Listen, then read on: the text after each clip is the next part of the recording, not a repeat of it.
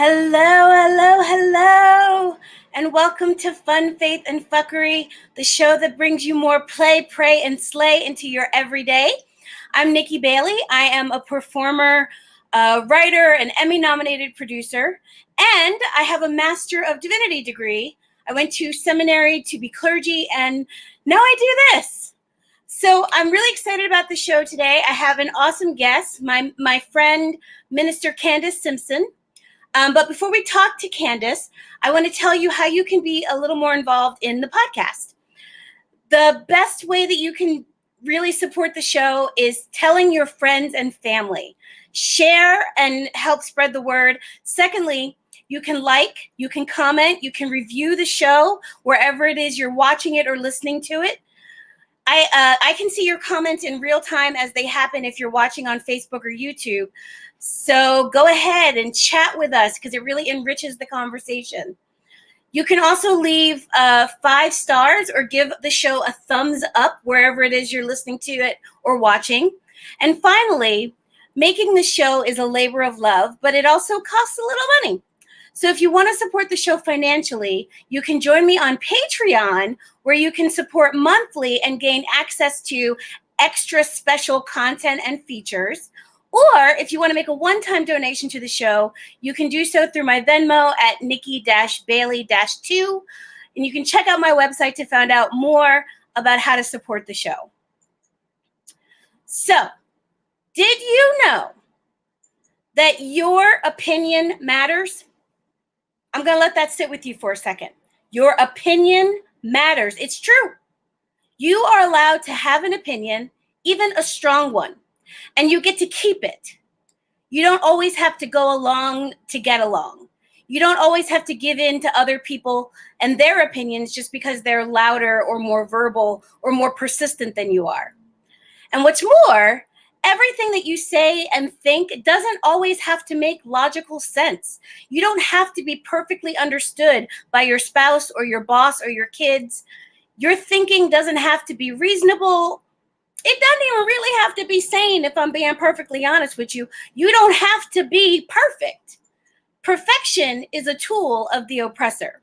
White supremacy, patriarchy, even our faith traditions would have us believe that in order to be worthy of love, of time, of money, of rest, of pleasure, we have to be perfect.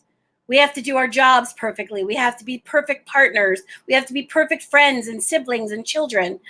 We're taught in a million subtle ways that we have to be perfect without a flaw all the time. We have to think the right things. We have to say the right things. We have to make the right decisions, believe the right religion, without even ever interrogating who gets to decide what's the right thing. I feel like the lessons that they keep teaching us about perfection are so that they can shortchange us when we inevitably fail to be perfect. If they keep us seeking perfection, we don't have to notice all the ways that the powers that be are not perfect. If they keep us seeking perfection, we never get to be human. So we're created in God's image and likeness, which tells me that our imperfection is holy and should be held with grace and mercy. Instead of imperfections meaning that you are somehow crazy or illogical or wrong, our imperfections make us that much more perfect in the eyes of God. Because God knew and God knows that we are not perfect and God loves us anyway. I think that is dope. You're allowed to be imperfect because you were created that way. So don't let anyone gaslight you. Don't let anyone tell you that you're being illogical or crazy or silly or emotional or unreasonable. Don't allow someone else to define what's real and important to you. Don't let anyone define what perfection should be. Anyone who tries to undermine you by telling you that your opinion, ideas, or beliefs are invalid, or that you are somehow not worthy of love because you are not perfect, they're disrespecting you, and you have the right to be respected. If you have strong feelings or a thought about something, stand up and courageously state it. Have the courage of your convictions. There's no need to apologize. You don't have to preface whatever you're saying with, I'm sorry, but, or is it okay if I say, or I'm just going to drop this in here. You don't have to qualify anything that you say. Nope. I'm sorry. You don't have to do any of that. Don't even bother. Choose your battles wisely. Stand your ground. Be unmovable, unapologetic, and unreasonably stubborn about what's important to you. If you're working on something, let go of that thing needing to be perfect. If you're working on a project, if you're working on something at work, it doesn't have to be 100% perfect. Done is better than perfect. Good is better than perfect. Your honesty, your integrity, your self-loving is better than perfect. Integrity is better than perfect. So I challenge you to be imperfect, unshakably, unreasonably, and unapologetically imperfect. Defend your right to be illogical and unreasonable and absolutely fucking insane. Stand tall, find your mountain pose, practice being an immovable mountain. Shout and say or whisper this new mantra to yourself throughout the day. I have the right to be me, perfectly imperfectly. I have the right to be me, perfectly imperfectly. I have the right to be me, perfectly imperfectly. How about it? Ashe. So, my guest today is Minister Candace Simpson. She is a sister, an educator, and a preacher.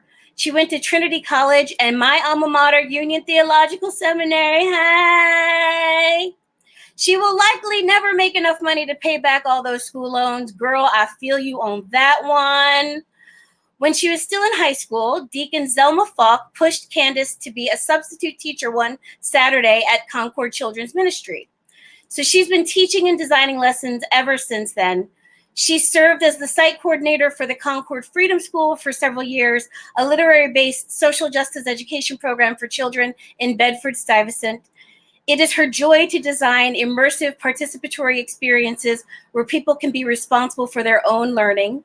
She is one of the associate pastors at Concord Baptist Church of Christ, in Brooklyn, New York. She most recently served on a team of faith and justice educators at a faith-based nonprofit. She now consults full-time with communities who want to build more loving and equitable spaces.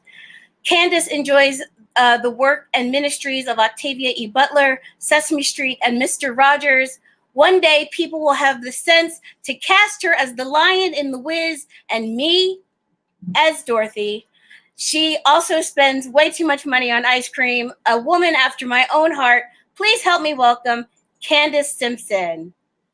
Hey, girl. Greetings, greetings, and salutations. How you doing? I'm upset with you because, you know, I'm a Capricorn. So this whole thing about perfection and is so antithetical. I wrote down a lot of gems that you just said. You just told me that I don't have to make sense. And I'm like, yes, I do. I have to make sense. Sense is it's something we're working on. So just thank you for that word that you gave. Oh, my pleasure. Because, you know, it's come up for me multiple times this week in my own thought process that I've been so focused on. I have to do this right. I have to say the right thing and present myself the right way. And I'm like, that's too much pressure. I can't do it. It's too much pressure. So, Candace, you were raised in church like I was at the legendary Concord Baptist Church of Christ in Brooklyn, New York. That is where I met you. I want to say it's got to be 15 years ago that I met you. Could that possibly be true? It was early mid 2000s. Yeah, right. And you were still a youngin'. You were still a tiny tot for Christ. You were a tiny tot for Christ. And I remember being like, you were thinking that you were wise beyond your years even then. I'm sure people tell you that all the time, don't they? All the time. And I'm just like, it's because I'm always in my mind. that's where I live. I'm in my head all the time. So tell me about what it was like being raised in church and being raised in such a legendary church of all the church. If you don't know, Concord Baptist Church is the oldest, yes, Baptist church in Brooklyn. I don't know if it's the oldest Baptist church. We were founded in 1847, so I'm trying to do the math. I think this year is 174 years. That's a long time. Wow. So I got to spend time at Concord when I was fresh out of seminary. I was doing what is it is the Fund for Theological Education has a fellowship program, and I was doing my fellowship there at Concord and had a great experience. Your parents are the bomb. Your parents, Reverend Gary Simpson and Reverend Emma Jordan Simpson, are just about the coolest people that you could meet. They're very dope. So tell us about being raised in church and being raised with dope parents in a dope church in a traditional Baptist setting. It's funny because now that we are sprawled out like this, and we can't live the kind of way that we used to live, fish fries and like fellowships in, the main hall in the basement, and like just like little things like choir rehearsal. Like now that we're in this configuration, because I guess we could say it's the virus, but it's also the country's refusal to give a damn about anybody. The things that I remember the most are like stuff that I had a hard time understanding in the moment. Like I didn't understand why we were asked to do speeches, or like I remember we used to as children, we used to on Youth Sunday we would lead the congregation in worship, and as a child, as a teenager, I was like, oh my gosh, this is so awkward. Like I don't this like it was just so strange. But a lot of the skills that I now have, not even as a minister, but like as a person, like I learned there. And so I have a lot of like just fond memories of growing up there. But I do remember, I was actually just telling a friend about this story. When Amadou Diallo was attacked by the New York Police Department, I'll never forget that our church, participated in this demonstration. And I was a kid. I must have been like 7. I think I was like in 3rd grade or something like that. And I remember my dad making an announcement from the pulpit saying, I'm going to get arrested tomorrow. If you want to come with me, then come with me. And I freaked because I was like, my dad, he's just leaving. Like as a kid, you don't think about like, I didn't know the difference between like you're surrendering to arrest versus like the prison industrial complex that intentionally like jails and enslaves Black people because of profit. I didn't understand the difference. And I just remember like that as my introduction to like, he had to sit me down, explain to me what happened. Who is Amadou Diallo? Why are we doing this as Christians? And why are we going as a group? So I have these like amazing photos of like some of the church folks protesting and being like, no, this is unacceptable. So those are like very fond memories that I have. Most people think about like music and like, the cultural stuff that like a lot of Instagram comedians go viral for. But I think that church in particular just never let me keep my mouth shut. So I blame them for everything. And it's all their fault. It's all their fault that you're an activist. And yeah, you come from a long line of, in the Concord tradition, you come from a long line of people who work on behalf of justice. So it only stands to reason that you would have become one of those people as well. I mean, this is why, like, this is the danger of telling children that they have a voice. And it's the danger of telling young people, you know, if something is unfair, then you get to say something about it. So I don't think that every church gets everything right all the time. And I definitely don't want to ever paint the fond memories that I've had as like a utopia, because wherever there are humans, you know, there's disappointment. But I think that is something that I carry very, you know, it's very like close to my heart.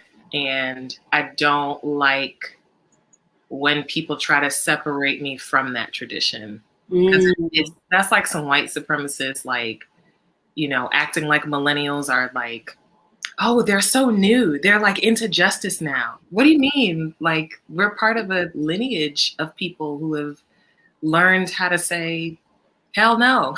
So, yeah, it's not anything new. That, you know, one of the things that I'm always frustrated by is when I hear, I'm going to just go ahead and use the word, when I hear hoteps talking about how we need to like abandon church altogether and get rid of the oppressor's faith and all that stuff. And I'm like, but what about the rich tradition of social justice work that the church is foundational in? Like none of where we are now would have happened without the church, without Black church. So what do you say to those people who are like, let's just do away with Christianity altogether. Let's just do away with Black people going to church, being involved in church. This is probably gonna get me in trouble. Yay! But, you know, sometimes I'm not too far behind that. As much as I have like deep appreciation and respect for the institution and its history, there are times when, because I am appreciative and thankful for the tradition, I'm like, come on, y'all, this is what we doing? Like, you know, there is a way that like there are some ahistorical takes that you will get from, for example, the Hoteps, who will say that this is the white man's religion and we need to, you know, there's nothing good in the space. Because while it is true that like slave holding people manipulated scripture and manipulated the Bible, like there's literally something called the slave Bible where they took out every narrative of justice or resistance. Like they intentionally only gave us the stuff that would make us submit. Like, I think we have to be accountable to the violence that's been done in our name. Like, and not just, you know, the historical violence, but like the stuff that's happening now. Like the transphobia that is so Christian based, and like most people who have, you know, these like staunch like anti-trans and anti-queer opinions, they're religious, Christian religious opinions.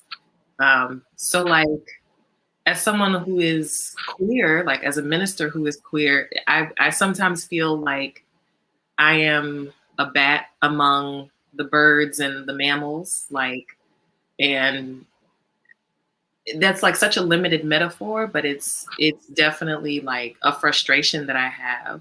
And most of the time my frustration is aimed at the Christians, because I'm like, come on. Like when Lil Nas X put out the video Montero, I mean, yeah, was it? Yeah, Call Me By Montero.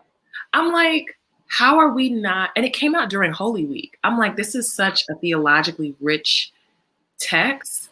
Absolutely. And all people could see was this Negro was gay. And I'm like, y'all didn't see like the narrative, the world building that he's creating, right. You know, and I think sadly, you know, we will reap what we sow, because so many people have been violated, not just by churches, but by Christians.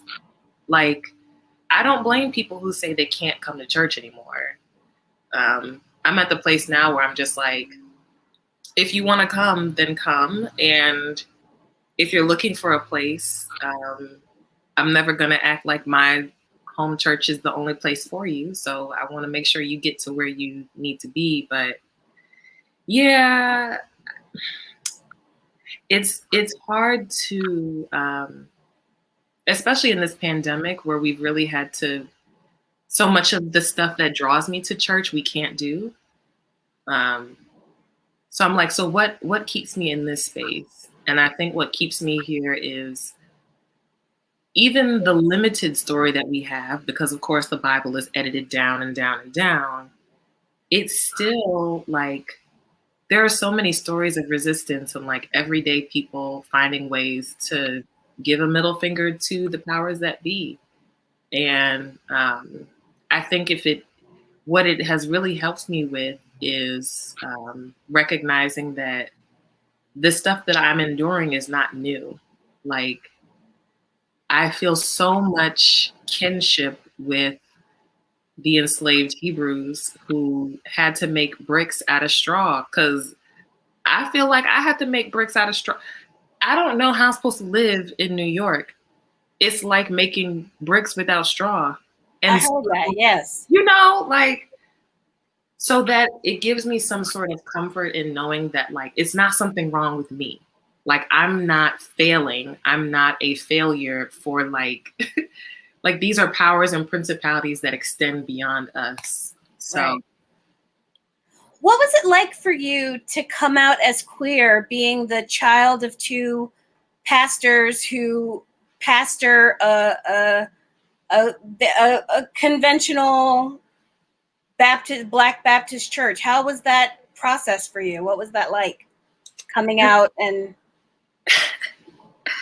I never came out. Like it's so funny. People ask me that a lot and I'm like, I never had to come out. Like, and part of that is a privilege because it wasn't, I'm still a cisgender person. So at least, you know, as of today, like Thursday, June 17th at 9:22, like my parents didn't need to learn new pronouns or a new name for me. And like, they didn't see me change. And I think that is a privilege and I don't even like the word privilege. That feels like a insufficient word, but there were things that like, I never had to come out, particularly because I also present in the ways that women are supposed to present. So I'm sure it would have been more difficult if I were more masculine of center, or if, you know, it's funny, like people, I heard a story about someone saying something like, oh, you know, so-and-so is gay. Look at her. She's just gay. And I'm standing right there like, wow. That's interesting. Wow. You know, and I joke about that, but I'm also like, structurally, there are some things I just never had to do. But I'm thankful that a lot of the work that my parents had to do in at least having at least in learning how to treat queer people with a decent level of respect, they worked a lot of stuff out in seminary.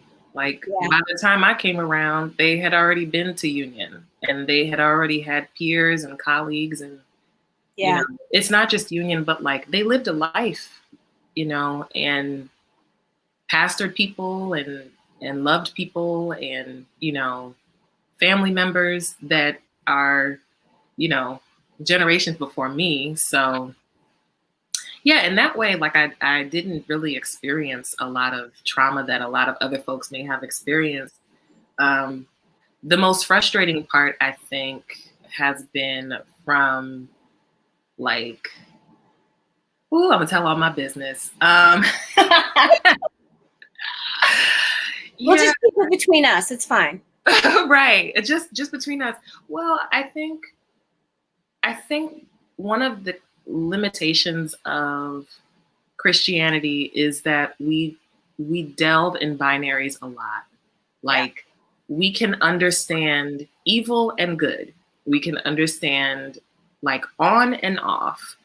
And I think even progressive Christians can understand gay and straight, but they don't understand worlds beyond that.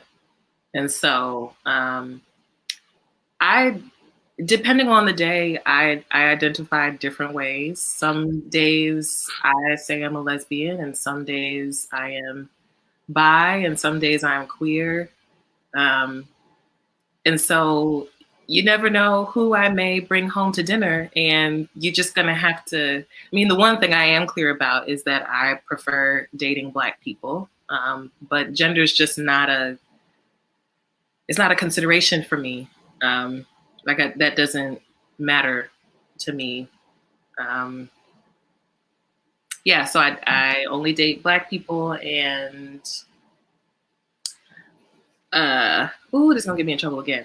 I don't do like people in uniform. That's not. I can't do it. I think it's okay to have a boundary there. Do what you got to do. It's not for me. I mean, consistently, my type is people who will feed me. That's about where we are. So you have a view of scripture that is very centered in your activism. You really do sort of draw out the messages of justice and liberation in the Bible. Talk a little bit about the Bible as a tool for liberation, because we hear so much, especially as a progressive Christian, we hear so much about the way the Bible is a tool of oppression. So how is the Bible a tool of liberation for you? Honestly, again, like I said, one of the beautiful things about this text is that it's old, and it's, you'll see every so often, like a movie happens, like when Black Panther came out, everyone was like, let's do the Black Panther syllabus, or like, a song or an album comes out and people feel like the need to dissect every piece of it. And then that goes viral for like a few months, weeks. And then, you know what I mean? Like it just kind of drops off. And that's coming from me as somebody who engages those works because I am an educator. So I love when people put stuff like that together because it gives me an opportunity to like understand something bigger with people in real life. But what I value about the Bible is it's old, and it's not the oldest religious text. Like there are traditions that go beyond ours, and there are other faith traditions that don't like prioritize the written word. So like for me, like this is what I was raised in, and it's what I value, and these are the people that I'm like in service of. And I really enjoy, there is something so pleasurable about opening this book and one, reading it with all of my contours as a Black person, as a queer person, as a woman, as a socialist, as like all of the things that I am.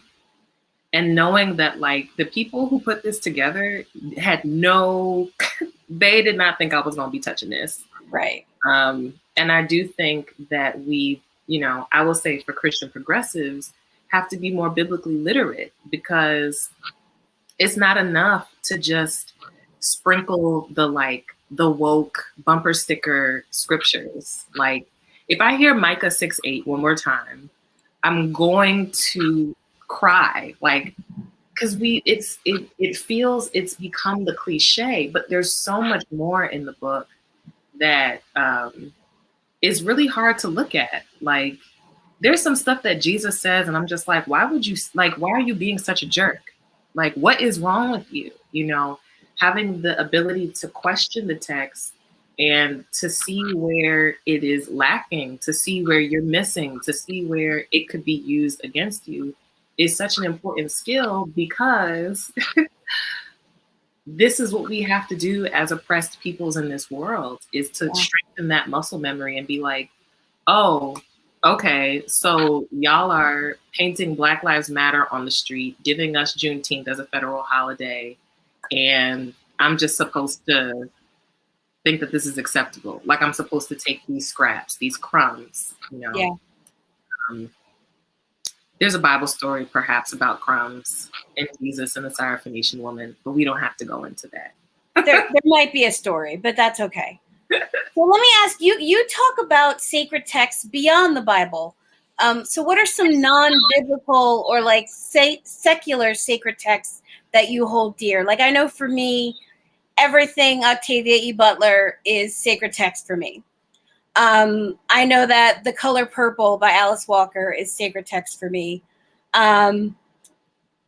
There's a whole plethora of songs that are sacred text for me. So what are some sacred texts for you that aren't just the Bible? Now that you say songs, I have such, I mean, at this point, it's like an unhealthy obsession with Tina Turner. Like, I love her. Like, What's not to love? She's Tina the Turner. I genuinely want, like, if she were ever in danger, like, I want to help. You would put your body between danger and Tina Turner. If I tried some shit, if I tried to roll up again. Oh, I actually watched the documentary and I was like so moved by the one that's on HBO. I was just so moved by her testimony and like she's so, you know, she even talked about like refusing to engage the trauma of the film, like saying that she wanted it on film, but like, I'm not going to watch that. Like, I was getting my behind beat. Like, right. I don't want to see that. Like, and it's strange to see, you know, those scenes from the movie go viral as memes. Like like Lawrence Fishburne as Ike turning around, like with that face is like a meme. But that was her, like, he was a monster to her. Right. You know, so it's just, I mean, I love her. And I really love listening to her music. Like it is very otherworldly. And whenever people like try to call rock and roll, you know, white people stuff, I'm like, first of all, let's talk about Sister Rosetta Tharpe, like the inventress. And, you know, I think about people like Tina Turner, who like just that, like the rawness in her throat. Like, yes. She's not really a singer. For real, like she's a singer, like she's a performer. But she has this song called Paradise Is Here. And I actually think it might be a cover of somebody else singing that song. But I love it because it's a song that reminds me to get out of my head and like to stop. Like, oh, in the future, like that's a problem that we as Afrofuturists have. Like sometimes we're so like, yes, in the future, Christians have this problem. In heaven. But I'm like, okay, but today, like, I have to eat today. I have to sleep today. I have to be safe today. So I love that song because it's just so compelling. I love, on Beyonce's birthday every year, I listen to all of her albums in order. You know, that is a ritual for me. That is a good ritual. I like it. I skip the Carter's album because I don't want to hear a commercial. Like, it's just like a Sonic commercial, the whole song, the whole album.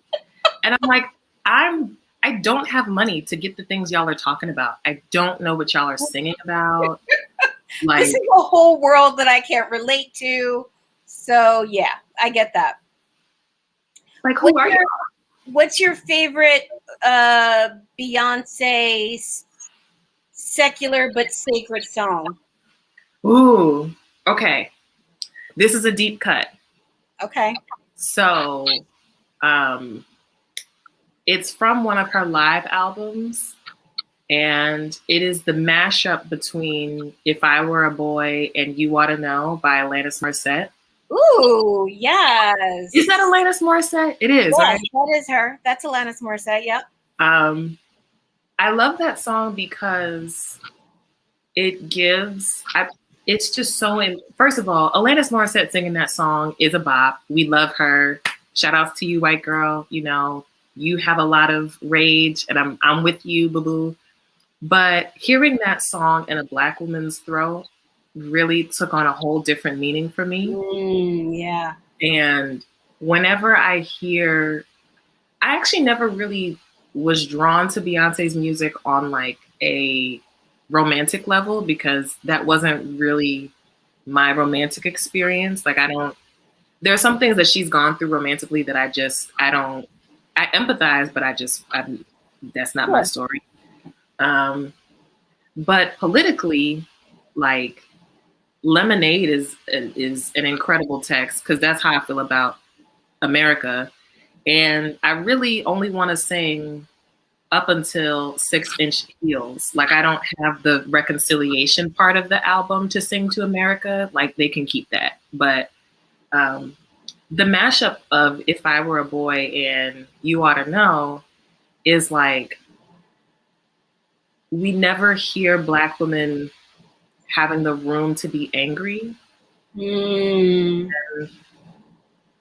And at the same time, like, we're always read as angry. Even if I say, you know, I'm also, people can't tell, you know this, but I'm 6 feet and I'm not like a small 6 feet. And I have to be very mindful when I'm out in the wild of how I read, because people, like I've seen people react to me, no matter, you know, it doesn't really matter how femme you play, whatever. And I'm sure if I looked different, but I'm just like, I don't always feel like I have access to my rage. And there are parts in the Bible, like I'm thinking about Jesus being upset with the disciples and being like, what the hell is wrong with y'all? Like, y'all don't listen. You are selfish. Right. Your hair is uneven. You look dusty. You've fallen asleep when all you had to do was stay awake for a couple of hours. Yeah. You know, like, why don't we get to be angry? And like, just like anger is informative to me. And I do feel I have experienced like ageist microaggressions from people who say, oh, your generation, like, y'all always angry. You want to be upset about everything. I'm like, yeah, because I got a lot to be mad about. Like, hello, are you not seeing this? You know, I try to process my rage and my anger because I do have a lot. I mean, I have a lot of rage and anger at individuals and at structures, but I try to process it so that it doesn't consume me, because you were speaking about like the powers and like white supremacy wanting to distract us and keep us from what actually is life-giving. And I refuse to let white supremacy and all the other evils get me before it's my time, because I'm stressed, because I'm angry. Right. Not doing that. Right. Tell me about the world you dream of. How much time you got? We got 20 minutes. So, so go ahead and tell. You're an Afrofuturist. You talk a lot about being a part of the movement. Tell us, start first for the people who don't know what the movement means. What do you mean by that? And then tell us the world that you dream of coming from the movement, coming out of the movement.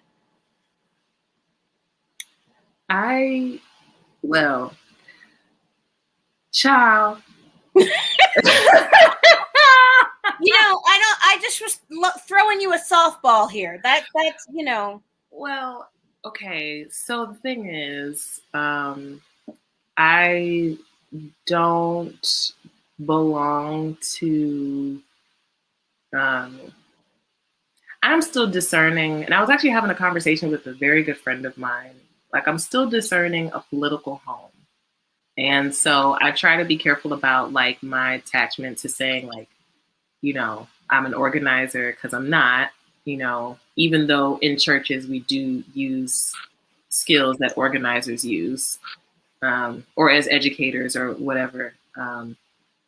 But yeah, so I value and I learn a lot from people who do like not just direct action work, but also, um, agenda moving work. Like I, it was on no one's agenda to have Juneteenth recognized as a federal holiday, at least not anyone I know, because if we were to do that, then that means white people got a day off. And who's going to serve y'all on y'all day off? Right. It's going to be us. So I don't know anyone who was like, oh, we need like, so I give a lot of honor to people who have been doing like radical organizing work even before me. And I don't think any of us in this era can, I think Ferguson and the people of Ferguson exposed so much about this nation. And especially in the uprisings following the brutal murder and lynching of Michael Brown Jr. Like, I think that was like a moment for me. Like, even though I think I always had a kind of healthy suspicion of authority because, hello, people at my church were going to protest the NYPD when I was a kid, and that was something in the back of my head. That moment and like those people and like those community members, not like nonprofits or like big named activist celebrity types, like they really changed the world. So I give a lot of honor to them. And I think about people like Josh Williams, who is like locked up, and he's spent more time in prison than anybody else who's actually killed someone Black. I don't understand how. Well, I do understand how Joshua Williams is incarcerated and Darren Wilson is not. But I also don't think that prison is justice. So contradictions. But you ask like, what is my vision for the future? Like based on that, like I want to live in a world where there are no police and there are no prisons and there is no probation and there is no military, and these are all like, all of those things are choices. Like the United States sent, I can't remember the exact figure now, but like we sent a lot of money to support Israel, like as Israel is ethnic cleansing and enacting genocide against and colonization against Palestinians. And I'm like, so you sent money to Israel and you got people in the United States who don't have homes, who can't quarantine properly, who lost breadwinners in their family due to the coronavirus. I mean, like, and even if that weren't like a financial consideration, it is still a moral outrage. Like if we sent 50 cents, that would still be disgusting to me. And so people are often like, well, if you have no prisons, then what happens to the bad guys? But we elect bad guys all the time. Right. Like we have a bad guy in the office right now. we had a bad guy last go around. Like, if we're defining things as like, oh, he's a creep, like, there are people who can testify to Joseph Biden being a rapist. So I want the world, I want the kind of world where, like, I don't have to make like a cost benefits analysis or like a compromise on me living and someone else living. There's abundant resource in this nation. In New York, we call all the empty luxury apartments the sixth borough because that's how many people it can fit. Right. There's so many luxury apartments, and our alma mater is building one all across New York City. And they're empty. Like, even during the pandemic, I'm like, how you gonna quarantine people if people don't have no place to stay? Right. People just like riding the trains. And then when the trains lost their service because, you know, the MTA was doing like a shutdown to limit service, where do you think those people are going? But then, you know, so much can be said about that. But I want us to invest in life before death happens. Like, I really believe in breaking bread, and I believe in sharing, you know, your home with people, and I believe in like dancing and joy. And, you know, at this point, there are so many things I haven't been able to do because it just was not a wise thing to do. But just the intimacy of sharing memes and videos and like checking in with folks as you're able and leaving people alone when they want to be left alone. You know, I want that kind of world where like folks get their needs met and, you know, people aren't being forced to stay places for survival. Like, we should be able, everybody should be able to move about the country and the world with ease, you know, but it's really heartbreaking to see where our investments are and what we'd rather spend our money and our time in. And I think that's something that church has helped me to reorient my thinking about, you know, like, I think that's why it's important that we invest in young people and why it's important to invest in people who are not young, you know, to show people that we love them, to send a graduation card, you know, that little folded up piece of money that you kind of pass, you know, after church, like the prayer, like laying on of hands, like the intimate, with consent, because sometimes people just want to like put hands on you, and I'm like, you don't have to touch my shoulders to pray for me, baby. Like, you can just, you don't want anybody to touch me, as much of a hugger as I am. But, you know, there's so much life that can be had. So I would love to see that happen more frequently. How do you define sin? Salt in your grits. That's sinful. So you're a sugar in your grits kind of girl. Yeah, my mom is from Newark, and my dad is from Ohio, and it's sugar. It's butter and sugar. And if you want a little something savory, then, like, you know, you have your little breakfast meat on the side. But I agree with you, except for shrimp and grits. Well, yeah, that's a different experience. You're absolutely right. You're absolutely right. You know, I knew someone who put ketchup in his grits, and that was also sinful. That is a crime against God and nature. And okay, that's a conversation for another time. Because I was going to ask how they even discovered that ketchup in grits was something they want. It's like that mustard on your watermelon thing that's going on TikTok right now. Like, no. I mean, that's like the joking answer, but I do think that sin is whatever separates us from each other. So that's not, I mean, that's not an original thought. Like, I do not cite me on that. I've heard it enough places where I feel like that's about where I stand with it. Like, um, like I've heard my parents say that. I've heard other preachers say that. Like, and so if I think about it like that, then,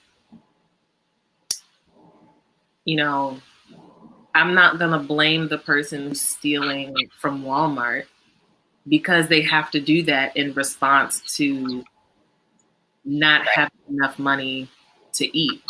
Like, Walmart is sinful because Walmart separates people from each other. You know, like, I think whatever it is that pulls us from our shared humanity is sinful. And that definition is really helpful for me because even though I had a healthy, or I would call a healthy, like, theology of sexuality and gender, I still live in a sexist and queer-phobic world. So sometimes, yeah, I do, like, I think it's important for people who are queer and Christian to acknowledge just how much that messes us up. Like, you can have all the, like, rainbow themed Christian gear you want, but it's kind of like living in a world that is anti-Black, where you're like, damn, is it me? Like, is it because I'm Black? Like, is there something like, oh, maybe I should dress differently, speak differently, like, live differently, you know? But I that definition of sin being something that separates us from each other helped me not see my expression of my gender and my sexuality as sinful because I'm not hurting anyone. Yeah. Like, I think there are ways to be in, like, sexual and romantic relationship with people that are sinful, like being cruel, like not honoring boundaries, like, and that the straights be doing that. So, okay, like, that's not even our shit.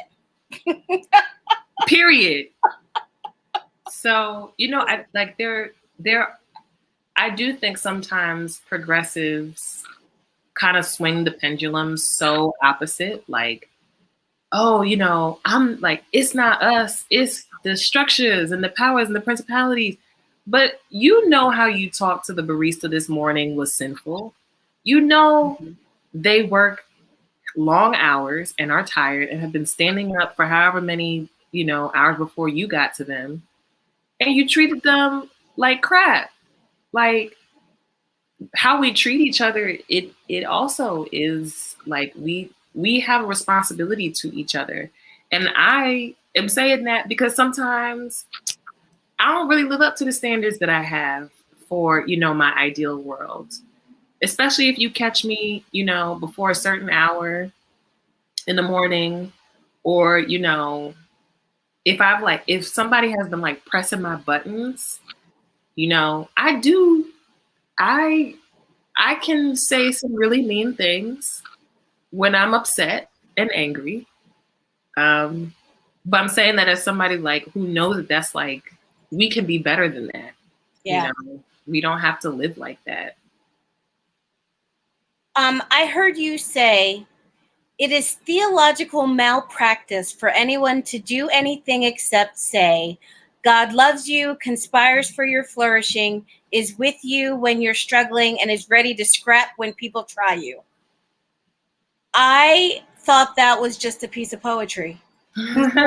You said that in I think you were on a panel for Harriet, and you said that there.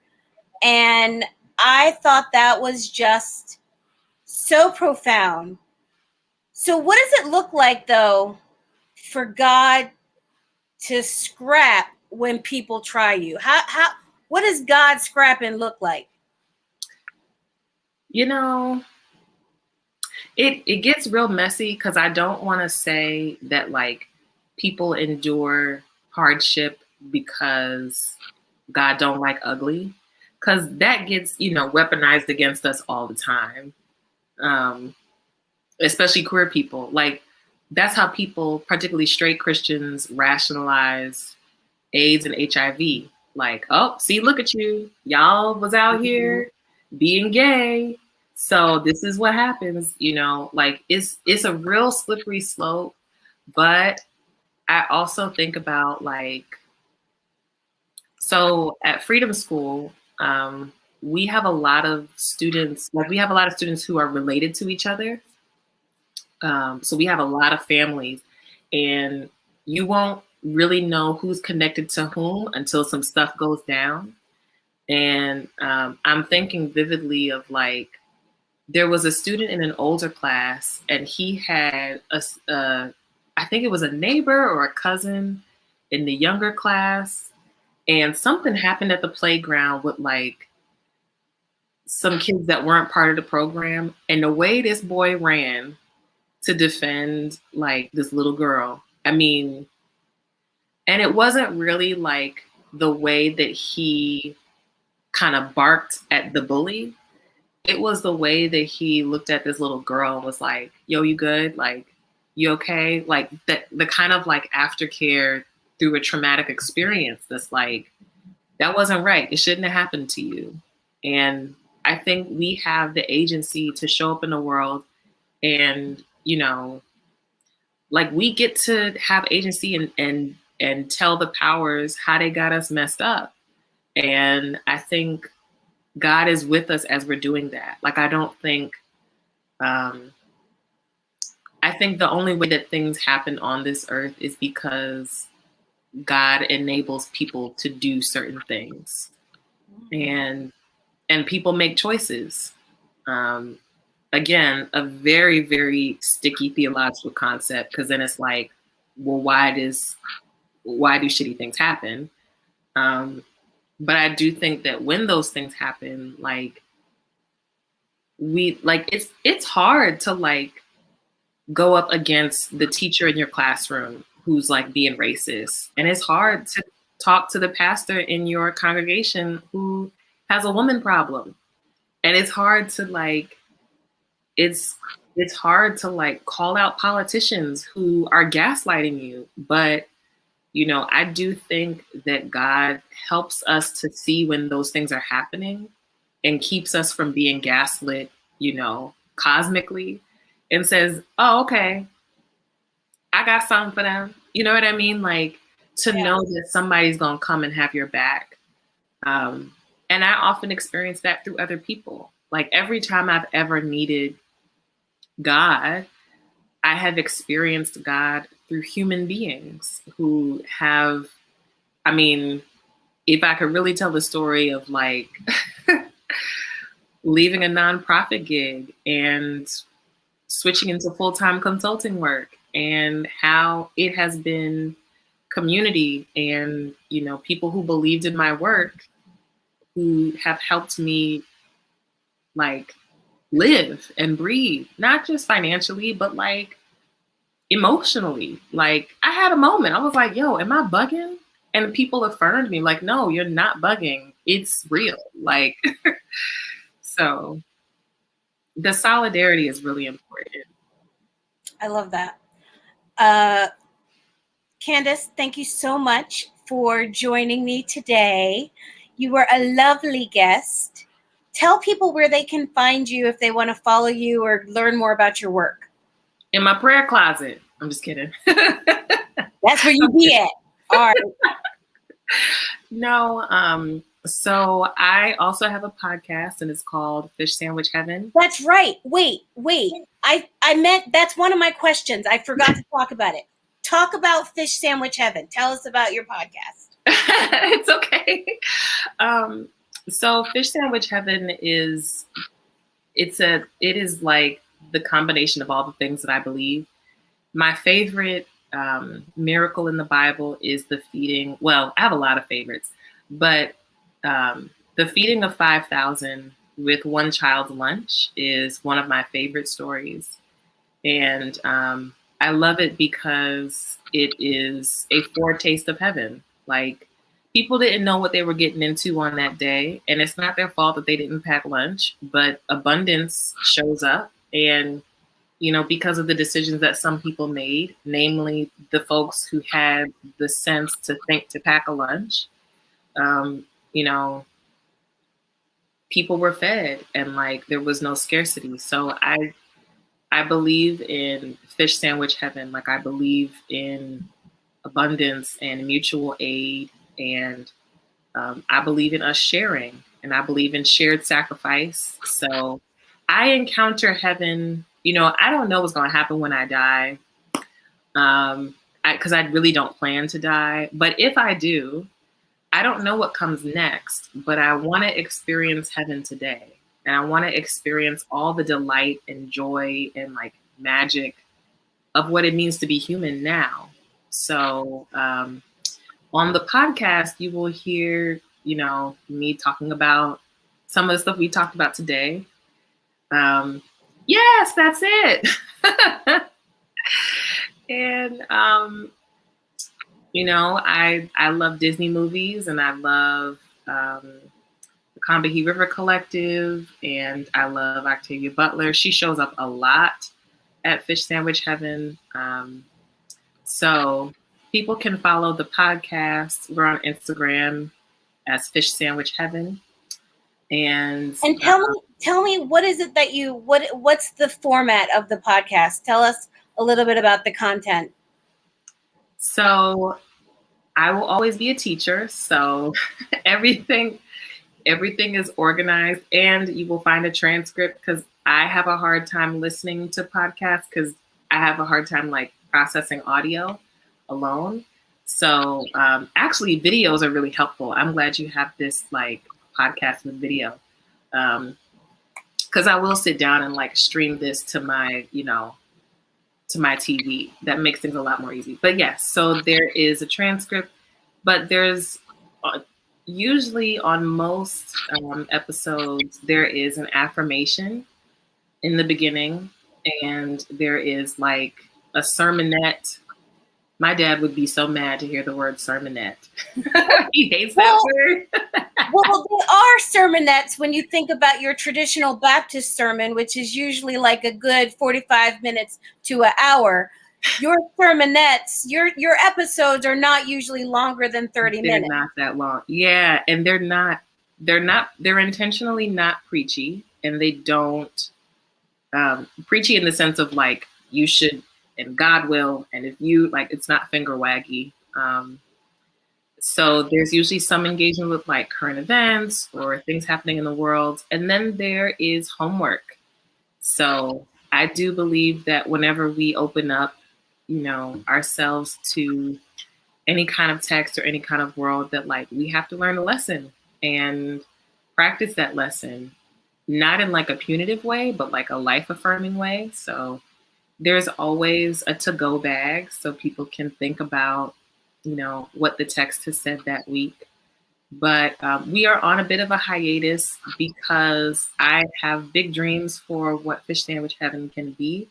But I do think midsummer we'll be back with more episodes for our second season. So, well, I am excited to hear your next season. I listened to your whole first season. And it's inspiring, it's educational, and it's motivational. Like the homework that you give is like it sticks with you. So if you are looking for a new podcast, folks, check out Fish Sandwich Heaven. You can just search for it on Apple or wherever it is you get your podcasts. It's worth listening to, I promise you. Candace, thank you so much for joining us. It was so great to talk to you. It was so great to talk to you. I'm so glad that you're doing this. And I hope all the people watching know just how much of a possibility model you are for me. And it's so wild how like the world has kind of spun us around into each other's orbit. So agreed. Thank you so much. Well, that is our show today, folks. There will be links in the show notes to how to get in touch with or how to find Fish Sandwich Heaven and Candace Simpson. You can watch the show tonight on Facebook or YouTube. You can watch tomorrow on IGTV. You can listen tomorrow wherever it is you listen to your podcasts. If you want exclusive content and features, join me on Patreon. You can get the link to that on my website, nikkibaileycomedy.com. And as always, I have had a blast. Thank you to my guest, Candace Simpson. Thank you all for joining me. Remember to get more play, pray, and slay into your day and sparkle as you go. Thanks so much, and I'll see you all next week.